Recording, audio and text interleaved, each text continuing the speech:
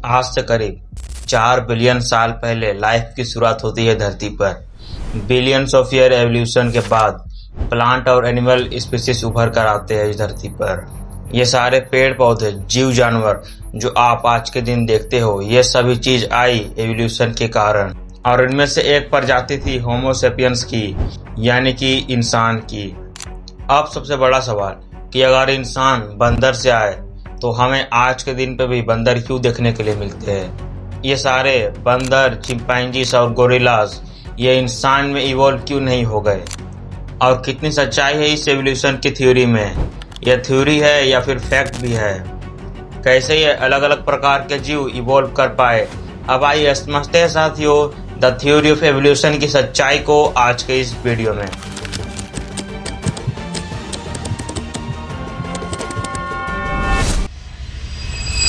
नमस्कार साथियों, Charles Darwin ने 1859 में अपनी एक ऐतिहासिक पुस्तक पब्लिश की थी जिसका नाम था द ओरिजिन ऑफ स्पीसीज। और इसी पुस्तक में उन्होंने पहली बार ये बताया था धरती पर मौजूद जीव धीरे धीरे समय के साथ बदलते गए, जिसे हम आज थ्योरी ऑफ एवोल्यूशन कहते हैं। डार्विन ने बताया कि इंसान अचानक से पैदा नहीं हो गए, करोड़ों सालों तक धीरे धीरे एवोल्यूशन करने के बाद वो छोटे छोटे बदलावों के बाद पैदा हुए थे। मैं यहाँ पर एक चीज क्लियर कर देता हूँ कि एवोल्यूशन की थ्योरी ये नहीं कहती है कि बंदर ही इंसान बन गई, बल्कि ये कहा जाता है कि सारे चिंपांजीज, गोरिल्लास, बंदर और इंसान के पूर्वज एक ही है, और वो पूर्वज आज के दिन पे जिंदा नहीं है। अगर आप इसे विजुअलाइज करना चाहते हो तो आप एक पेड़ इमेजिन करो। शुरुआत में केवल एक टीम से पेड़ की शुरुआत होती है, आगे जाकर कुछ टहनियां बनती है, फिर उन टहनियों से और छोटी छोटी टहनियां बनती है, और ऐसे ही आगे चलते रहे तो एक ट्री का एंड पॉइंट आता है, और इसी एंड पॉइंट को हम आज के दिन के सभी जिंदा जीव मान लेते हैं। लेकिन एक सवाल आपके मन में अभी भी आएगा कि ये जो हमारे पूर्वज थे, इनमें से कुछ इंसान बन गए, कुछ चिंपैंजीज बन गए और कुछ बंदर बन गए, तो आखिरकार ऐसा क्यों हुआ? तो इसका जवाब मिलेगा आपको आगे वीडियो में। तो अभी तक आपने बेसिक समझ लिया, अब हम समझते हैं कि एवोल्यूशन आखिरकार हुआ कैसे। एवोल्यूशन ट्री में अगर हम पीछे जाते रहे तो हमें इन सभी के कॉमन एंसेस्टर देखने के लिए मिलते हैं, जैसे कि इंसानों और गाय भैंसों का कॉमन एंसेस्टर, पेड़ पौधों और जीव जानवरों का कॉमन एंसेस्टर। और अगर हम समय में पीछे चलते रहे तो इन सब की शुरुआत होती है करीब आज से 4 बिलियन साल पहले। धरती पर नजारा उस वक्त कुछ और ही था, कोई कॉन्टिनेंट्स नहीं थे, धरती के चारों ओर केवल पानी ही पानी थी, और इसी पानी में लाइफ की शुरुआत होती है। सबसे पहला ऑर्गेनिज्म कौन सा था? साइंटिस्ट ने उन्हें एक बहुत ही बड़ा सिंपल सा नाम दिया है।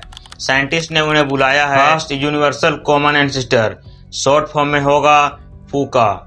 ये सेल भी नहीं था जो कि बिल्डिंग ब्लॉक ऑफ लाइफ होता है। अगर ये सेल भी नहीं था तो क्या यह जिंदा चीज भी थी? यह लिविंग था या फिर नॉन लिविंग था? आप इमेजिन करो एक वायरस को जो कि ना ही लिविंग होता है और ना नॉन लिविंग होता है। वो खुद में रिप्रोडक्शन नहीं कर सकता है, उसे रिप्रोडक्शन करने के लिए कोई होस्ट चाहिए होता है। 3.8 बिलियन ईयर्स पहले फूका इवोल्व कर जाता है एक यूनिसेल्युलर ऑर्गेनिज्म में, जिसे हम लूका कहते हैं, लास्ट यूनिवर्सल कॉमन एंसेस्टर। यानी जितनी भी चीजें इस धरती पर, पेड़ पौधे, जीव जानवर, बैक्टीरिया, फंगस, इन सभी का एक ही कॉमन एंसेस्टर है जो कि लूका है। कई बिलियन साल आगे चले तो एक खास किस्म का बैक्टीरिया जन्म कर आता है, साइनोबैक्टीरिया। ये ऐसा पहला बैक्टीरिया होता है जो कि प्रकाश संश्लेषण कर पाता है। ये धूप का इस्तेमाल करके एनर्जी जनरेट करता है और जिससे कि ये ऑक्सीजन बनाता है। तो जब ढेरों ऐसे साइनोबैक्टीरिया समुद्र में मौजूद होते हैं तो बहुत सारी मात्रा में ऑक्सीजन रिलीज होती है, और हम इस इवेंट को कहते हैं द ग्रेट ऑक्सीजनाइजेशन इवेंट।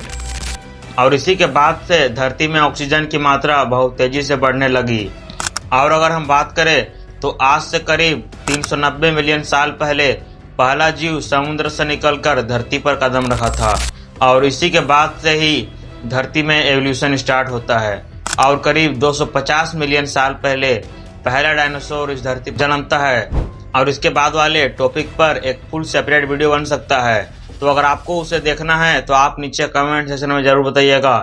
तो हम मिलते हैं किसी और दूसरी वीडियो में, तब तक के लिए जय हिंद।